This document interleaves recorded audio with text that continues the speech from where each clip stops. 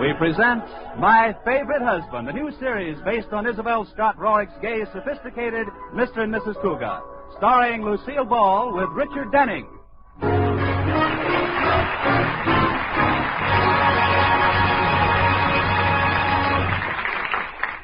10 years ago, the town's most eligible bachelor, George Cougat, married socially prominent Elizabeth Elliot. The lavish wedding kept the society columns all over the country in copy for weeks. The New Yorker said, "The bride and groom were dressed to the nth degree of smartness. Best man was a polo pony." The Hearst papers said, "The bride and groom were dressed handsomely in attractive comments from guest Douglas MacArthur." And the Reader's Digest said, "The bride and groom were dressed." Well, after the honeymoon, George sold his polo pony, bought a stylish suburban home, took the first job that came along, 5th vice president of a bank. And now the Cougats are just George and Liz, two people who live together and like it. George says, "When I married Liz, she didn't know a thing about keeping house. She couldn't cook, she couldn't sew, she couldn't clean. But later she overcame this lack of domesticity in a most ingenious manner." Liz says, "I got a maid."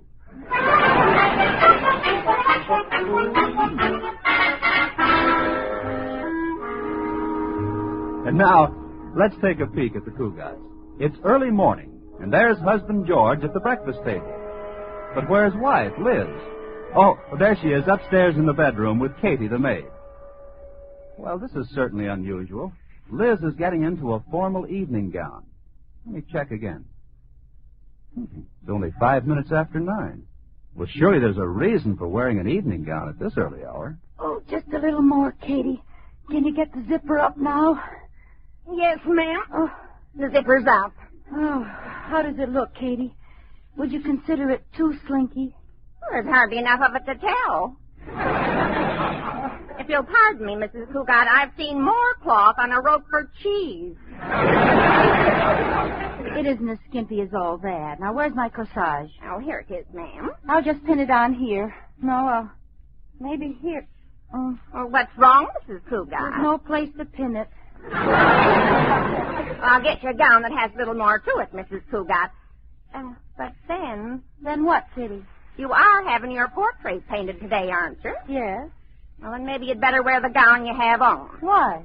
"Well, as long as you're paying for a portrait, you might as well have as much of you in the picture as possible." "No, Katie, we might move to Boston someday, and I wouldn't want my portrait banned." "Oh, here's a more sensible gown, ma'am. Have you told Mr. Cougat about the painter coming today?" "Not yet, Katie. I'll tell him at breakfast. Now hurry and get me out of this tight thing. I feel like a 10-inch weenie in a 5-inch roll."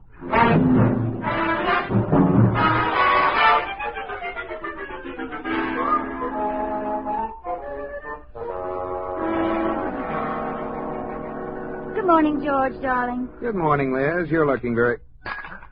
George, what's wrong? "That evening gown." Well, you've seen me wearing an evening gown before. Well, I've seen you wearing galoshes, too, but not at breakfast.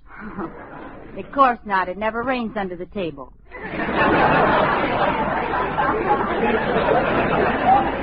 Darling, the reason I'm wearing this gown is because I'm going to have my portrait painted. The artist is coming this morning.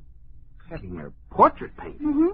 What in the world for? Well, Alice Sturm had herself sketched, so... Alice Sturm, I might have known. The old story of keeping up with the Joneses. It's nothing like that, George. This is entirely different. This is keeping up with the Sturmses. Darling, when Alice Sturm gave a party for an opera star, we had to give one for the Hall Johnson Choir. When Alice goes to Catalina, we have to go to Hawaii. Now, believe me, the day Alice Sturm has quintuplets, I want to be in Mexico. You do? Well, what about me? And just where is this masterpiece going to be painted? Right here, and by a very good artist, too. His name is Damon Welch. He'll be here in a little while. I get a kick out of those artist characters. I can hardly wait to see him. He'll probably be wearing a pink beret and have a rose clinched between his teeth. Long artistic fingers hanging down and sticking in the tops of his shoes. No. I heard Damon Welch is different from other artists, George. They say he's very big and strong and muscular, like, who's that rugged, tall actor in the movies? You know, the one with the big arms and broad shoulders. Marjorie Main. No, Victor Mature. Oh, well, don't be silly, Liz. Artists are all the same. They wear berets, live in attics, and smell of spiders. Hello, George. Liz. Oh, it's Corey. Come on up, Corey. Cartwright here. Bachelor Deluxe. Damsel Delight. The kind of man you'd like to marry your sister. If you hated your sister. How are you this morning, party boy? No party last night, George, but did I meet a beautiful creature? She had a smile like Lana Turner, a voice like Dinah Shore, and she kissed like Paulette Goddard. What do? Date her or buy tickets to her? Don't speak lightly of this woman, Liz, for I think that at last Corey Cartwright is in love. You, Corey? Yes, George. I feel that this is the real thing. I think I shall marry this girl. Corey, that's wonderful. What's her name? Where does she live? Darn, I knew I forgot something. Hey, Liz, I just noticed you're wearing an evening gown. Yes, do you like it? It's nice, but isn't this awfully late to be getting home? Liz is having her portrait painted, Corey. Some artist named Damon Welch is coming over this morning. Damon Welch. You've heard of him, Corey? Heard of him? That's all Alice Sturm talks about since he sketched her. I hear he has big blue eyes, curly hair, muscles galore, a tan complexion, and stands about 12 feet tall. Really now, Corey, 12 feet tall. Maybe it is a slight exaggeration, but I understand that before he painted portraits, he used to paint rooftops. Without a ladder. Well, anybody could do that if they had a long brush. Or a short house. Well, what do I care what he's like? Excuse me, I have to make a phone call. Who are you calling us early, darling? The time operator. My watch has been acting up again. Well, maybe Corey has the right time. No, I left my watch home on my other wrist. At the tone, the time will be 9:42 1/4. 9:42. Have to be getting down to the bank. Right with you, George. I have a luncheon date with a girl who was a gorgeous blonde yesterday, and I'm anxious to find out what she is today. Kiss me goodbye, George. Your kisses give me strength for the day. When Corey Cartwright kisses them, they stay charged up for a month. Bye, darling. Bye-bye, Liz. Bye. Are you really going to the bank today, George, or are you just faking? Huh? What are you talking about? With that Damon Welch coming to your house today, I figured maybe you're going to sneak out and hide in the garage. I'd forgotten all about it. Doesn't worry me in the least. It would if you heard what Howie Sturm calls that artist. Why, what does he call him? A weasel with an easel. Come on, get in the car, Corey. Hey, don't start the motor yet, George. The artist just pulled up in your driveway. Maybe we can get a look at it. Good. I'm still betting he has a rose between his teeth. He's getting out of his car. Holy mackerel, George. He looks like the Empire State Building with a turtleneck sweater. Oh, he's not so much. I bet he pads that sweater with cotton. If he does, he must have the whole plantation and Uncle Tom's cabin under there. Look at those shoulders, George, and that chest. Corey, it doesn't take much to have broad shoulders and a big chest. All you need are muscles. Let's go.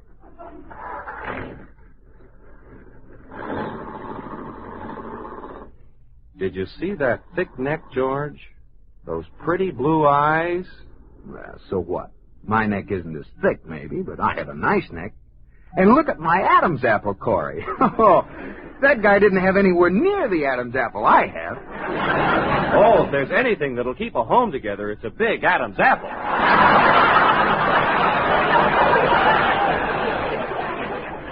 And as far as his blue eyes are concerned, my eyes are blue, too.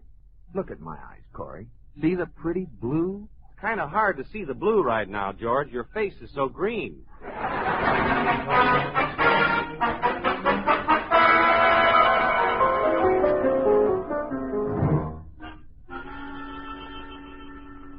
All right, woman, face to the left. I cannot paint your portrait unless you cooperate. Mr. Welch, I told you a dozen times my name is Elizabeth Cougar, not woman. Very well, Mrs. Cougar. Now be quiet, woman. Well, one consolation, at least you know what I am. Your dress gives you away. I don't like your nose. I shall not paint it that way. But I like my nose. It's a good nose. Don't change it. I've had it so long now, it seems like almost a part of me. Be still, woman. You're very rough, Mr. Welch. Woman, you're looking at a man who's painted the forests of Oregon and at the same time worked as a lumberjack. Sawing, climbing, cutting, and chopping. One day, the man next to me was crushed by a falling redwood. I've seen many rough things. This is a man's world. That's why I'm rough. Did it kill him, the man the tree fell on? To coin a quaint old phrase, he was a real gone lumberjack. You know, Mr. Welch, you and my husband have a lot in common. He lives a rugged life, too. What does your husband do? He's a banker. Oh, that is rugged. It's plenty rugged. He goes to work every morning at 10 and doesn't get home until after 3. Just what's rugged about that? He has an uncomfortable office.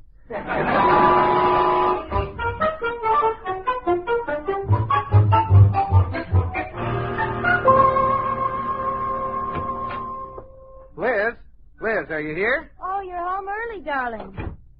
Hi, honey. How's the portrait coming? All finished, huh? Oh, no, Damon will be back tomorrow. Damon? You call him Damon? Yes, now. He was terribly cold at first, but he warmed up. How warm did he get? Oh, George, I've just got to tell you all about him. You wouldn't believe that just an artist could have lived so much. Too bad he lived so long. What'd you say, dear? I said too bad he had to run along. You know, men certainly are misleading. Take Damon, for instance. There he is, an artist, but he's worked in the Oregon forest, and believe it or not, he's chopped down giant redwood trees. Well, I cut down the tree in the yard, the one that made the lawn so unsightly. That wasn't a tree, dear. That was a laundry pole. Well, it was a tree once. Did you notice Damon when you were leaving this morning? He came in right after you'd left with Corey. Yes, I think I did. He was struggling to get his car door open. Didn't seem to have much strength. A tall, unhealthy-looking chap, as I recall. A padded sweater. Damon? Oh, George, I don't think so. He's huge, with big muscles and a terrific tan. Yes, Liz, but I'm sure that under that tan there's a naturally pale face. George, what are you looking for? Oh, nothing. Oh, say, look at this. My old photograph album. Look here. This picture of me at the beach. You noticed the muscles? Oh, yes. That was the day you and Jimmy Paterno and Howie Sturm and the whole gang made the human pyramid. Yeah. Takes a lot of strength to support all those men. Yes, it does. Look at my muscles. Oh, there you are, right on top. Oh, it takes a lot of strength to stay on top. There was quite a breeze that day. Here's the picture I like. You and me in a rowboat at Simmons Park. Look, your sleeves are rolled up. Say, your arms were pretty big. Of course. Of course. I can't remember why I was rowing. Well, I was saving my strength for the potato race. Are you sure you love me, Liz? Oh, silly. Of course I love you. Why shouldn't I love you? Kiss me. Feel those strong arms around you? Mm-hmm. I'm plenty strong, Liz. Way back in kindergarten, I used to beat up all the little kids. I'll just bet you still could.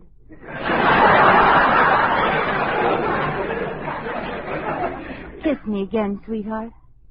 Liz, are you positive you love me?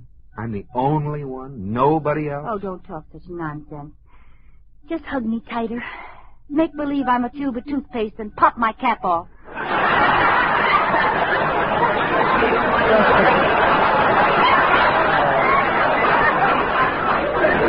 Oh, that's swell. I feel great now. Oh, George, you know, I was thinking today, you don't have any hobbies. I believe I know of an interesting one for you. No hobbies? I have my bird collection. 6 starlings and a dicky bird. What did you have in mind? Why don't you take up painting as a hobby? Painting? Oh, Liz, I'm going to bed. Going to bed? Don't you want your dinner? I won't need any dinner. I'll just go upstairs, pull the covers over my head, and eat my heart out.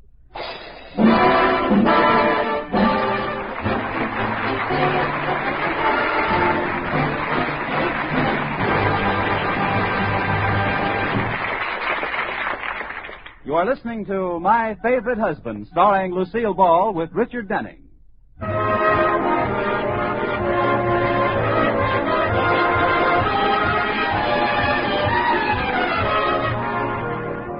This is the story of my favorite husband, George Cugat, and his favorite wife, Liz, who, like most married couples, alternate in making each other first happy and then miserable.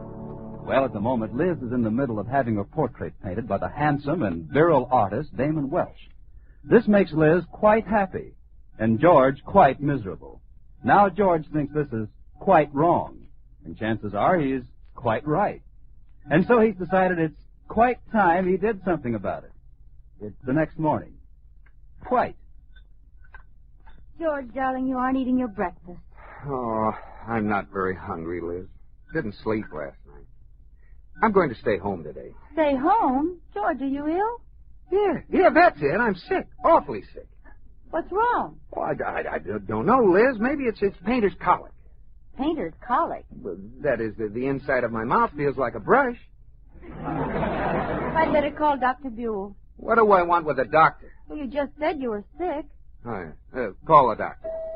Oh, it's Damon. Katie! I saw him coming, Mrs. Cugat. Oh, good morning, Mr. Wells. Good morning, woman. Step aside and let Genius enter. I wish he'd slammed the door on his genius. Good morning, woman. Good morning, Damon. This is my husband, George. You may just call me Man. George isn't feeling well, Damon. I'm going to call the doctor. What's wrong with him? He looks well enough. Trouble with you, Cugat, is that soft, decadent living has finally caught up with you. You should get out of doors, do some exercises. Run the mile, do some chin-ups, push-ups, chop some wood, mow the lawn, pull some weights. Tote that barge, lift that bale. Oh. Liz, call the doctor now. I'm worn out.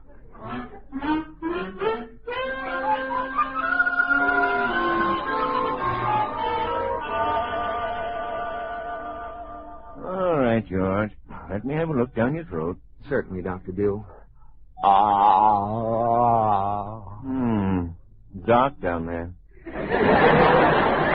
Don't swallow, George. This is my best flashlight. There's nothing wrong there. Exactly what seems to be the trouble, George?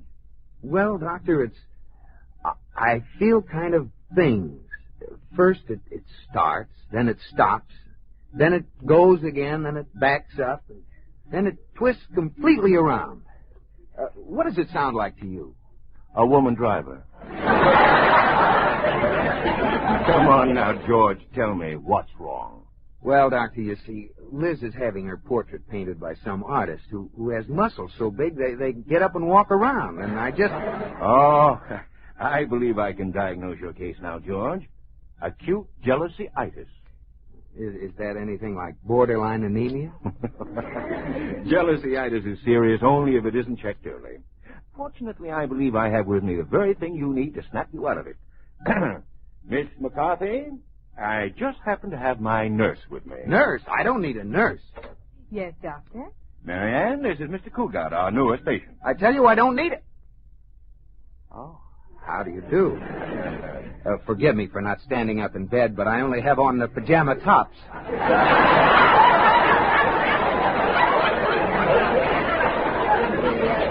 Ill enough to require a nurse, Doctor? Well, he said he wasn't. What about it, George? Oh, I ain't long for this world.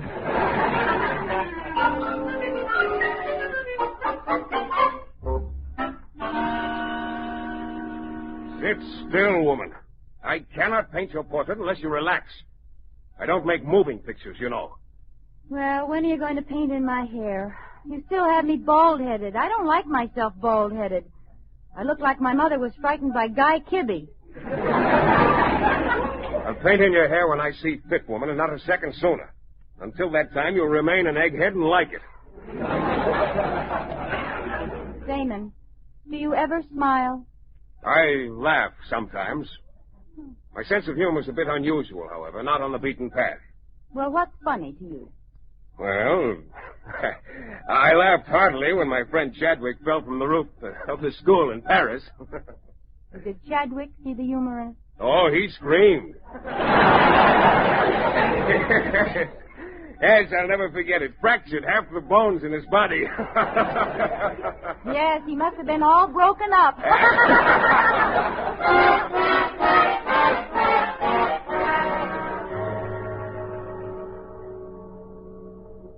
Miss McCarthy, did you hear that? My wife and the painter were laughing down there in the study. What could they have been laughing at? You have a steamboat in the house, Mr. Cougar. Steamboat? Well, of course not. Well, then they couldn't be laughing at Fulton. Oh, I'm serious, Miss McCarthy. I don't like them to be laughing. I'm going downstairs.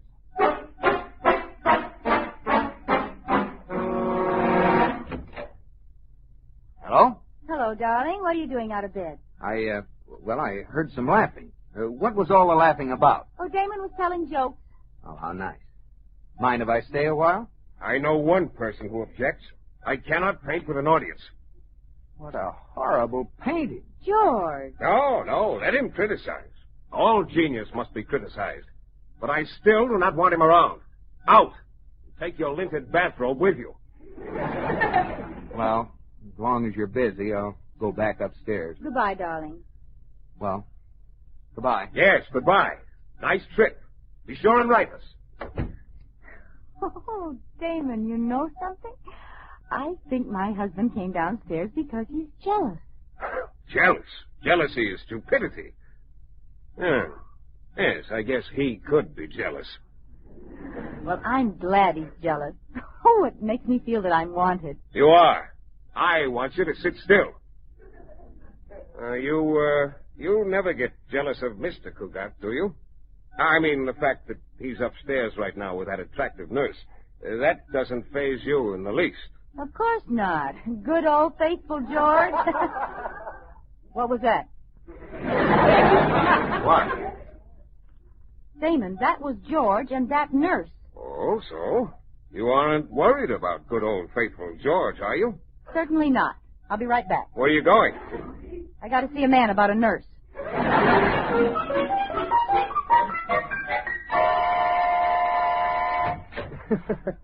Hello. May I come in? Yes, Mrs. Cougat, but you mustn't stay long. I have a naughty boy on my hands, and I don't want him to get excited.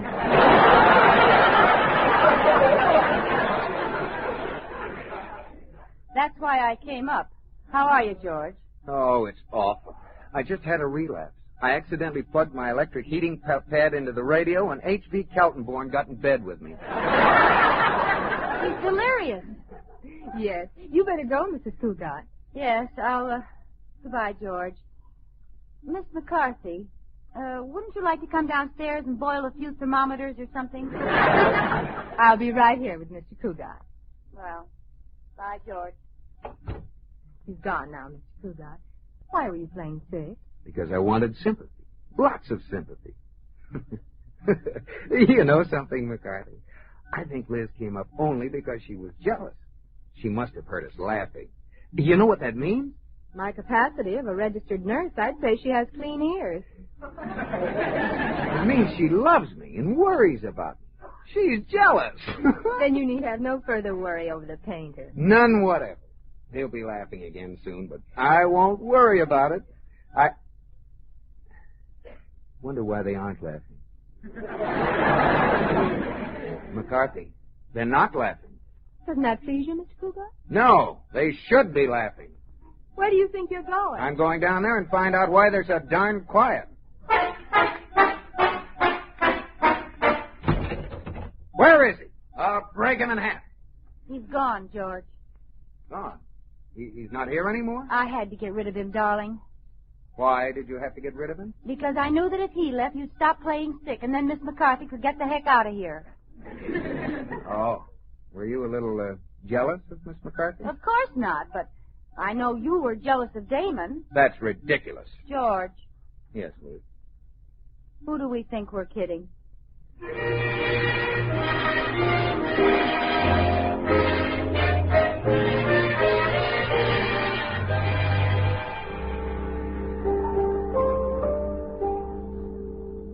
So he left, huh, George? Yes, Corey. He left. And George was really very nice to him. How lucky you were, George.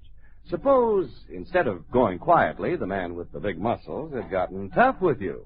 Oh, Corey, you're just trying to stir me up. No, seriously.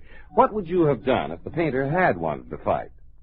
Oh, I'm sorry, George. I shouldn't embarrass you this way in front of Liz. If Damon had wanted to fight, George would have fought, wouldn't you, darling? Wouldn't you, George? Why, certainly. If I had his phone number, I'd call him up right now and tell him a thing or two. Oh, I have his phone number, dear. Here. Oh, well, thanks. When Damon answers the phone, I'll catch you, George. Hello, Damon. This is George Cugat. I've changed my mind about being nice to you. If you want to fight, just come over here whenever you feel like getting knocked for a loop. You got anything to say to that?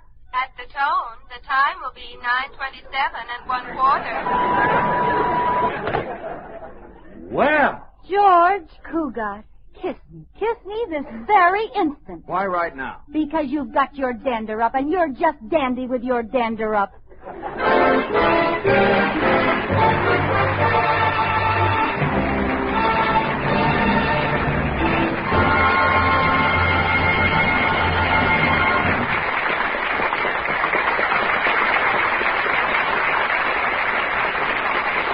In just a moment, Lucille Ball and Richard Denning will be back with us.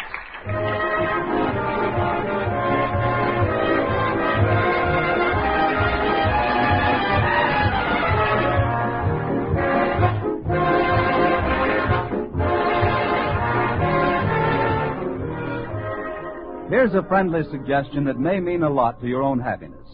Why don't you call your family together one evening soon and say, is there anything else any of us can do in cooperation with others for the good of our community? You may find that somebody will come forward with the news of a community project that you haven't heard of. Maybe it has to do with Scouts or 4-H clubs or Red Cross. Well, there'll be an opportunity for service, something you'll like to grab hold of. For you know that what you're doing is more than helping make your life and your families and your neighbors better. By positive action toward improving the place where you live, you help preserve something we prize highly. That's freedom. You show that you agree with the statement that freedom is everybody's job. George, are you asleep? No, darling. I'm not asleep. Do you love me, baby? Yes, I love you. How much? Lots. Well, in terms of pounds, how much do you love me? 3 pounds, 6 pounds, 7 pounds? 12 tons. I love you 100 tons. Now, you have a bigger truck.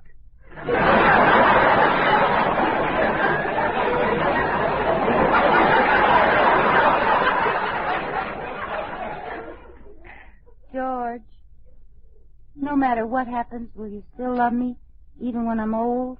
I'll still love you when you're old. Will you take me out? Yes, dear. I'll wheel you around the block every day. George, something strange happened to Katie tonight. Really? What was that? Well, tonight around 9:27, Katie picked up the phone extension in the kitchen and heard a man shouting at the time operator. Good night, George.